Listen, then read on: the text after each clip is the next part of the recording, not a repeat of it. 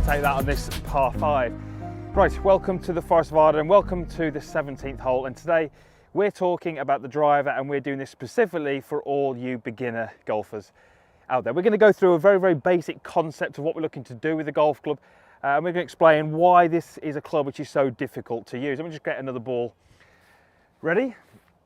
So the driver is that one club which, as a beginner, you probably are looking forward to hitting the most. You're going to see that one as the golf club which generates you the most speed, the most distance, and it's very often the club that people really want to get used to using. It's incredibly difficult to use this golf club, and we're going to talk in this video very much about the first, kind of 4 to 5 feet of the golf swing, and then the first 4 to 5 feet of the golf swing post impact. So kind of waist high to waist high. And we're talking very much about the shape of the actual swing itself, and we're talking about the golf club face.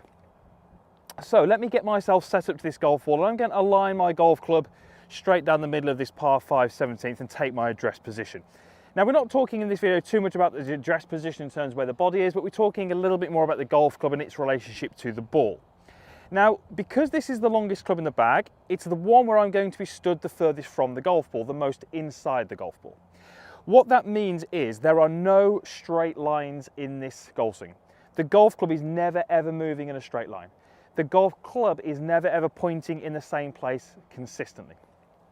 So let's take this golf club and let's do this little example. That golf club is now pointing straight down the fairway. I'm just going to hold my right arm and I'm just going to rotate my body away, and we're going to see what happens to the club itself and the club face. So as I rotate away to here. Now you'll notice that the golf club face is now pointing pretty much, give or take, horizontally out in front of me. You'll also notice that the golf club has worked very much on this arc to the inside. If I was to rotate through as if I was going to make contact and continue post the golf ball, again we can see how the golf club is now pointing very much to the left of me, and the golf club has moved on this arc. So the two things that we have to appreciate very quickly with the driver is the golf club is moving on an arc around my body, and the golf club face is also opening and closing relative to that arc. What do we see quite commonly? Well, unfortunately, we see lots of beginners who are believing that the golf club should move straight back from the golf ball, a straight line, and we've said there are no straight lines. Or we see golfers where they try to keep the golf club pointing more towards the golf ball. A great way that you can start to appreciate this is actually just to use your hand and use your palm as the club face and your hand as the club head. So as I take my starting position here, my palm face is where I'm trying to go, and if I rotate back, you can see how my palm has started to rotate with my body. Absolutely, I can control that and do different things with it. This is where we start to get really inconsistent with our driving. So, very simple drill. Take your palm in here and just rotate and just notice what that palm does. And then as we go through, again, my palm is starting to rotate. Notice how this movement is being very much controlled with my upper body and my legs. It's an arcing movement, and the club face is always rotating. So because of those things, you can start to see why it's incredibly difficult to hit this golf club. Because the golf club is always changing where it's pointing, it's very easy to hit the ball to the left or to the right. Because we're working on this arc, we can have a golf club which is traveling left of target or right of target, I should say, at various points.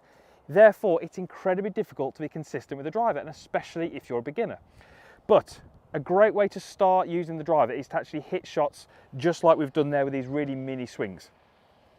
So, take my starting position, and all I'm going to do is I'm just going to rotate back, allow the club to move more to the inside, and the club face rotates open, turn back, let the club work to the inside, and the golf club rotate back. And I should be able to collect the ball down at the bottom and have it go pretty straight. Now, that's not going to get you too far on the golf course. It's gone about 30 yards. It leaves me a long second shot into this hole. But again, it's really just trying to grasp the concept of this arcing motion with the club face rotating. We're just looking to collect the golf ball at the point where the golf club is traveling momentarily towards where we want the ball to go, and the club face, again, momentarily is pointing where we want the ball to go. If we can do those things and we can also make a fairly centered contact, we should be able to get that ball towards our target in a fairly consistent manner. So all we've really spoken about is waist high to waist high.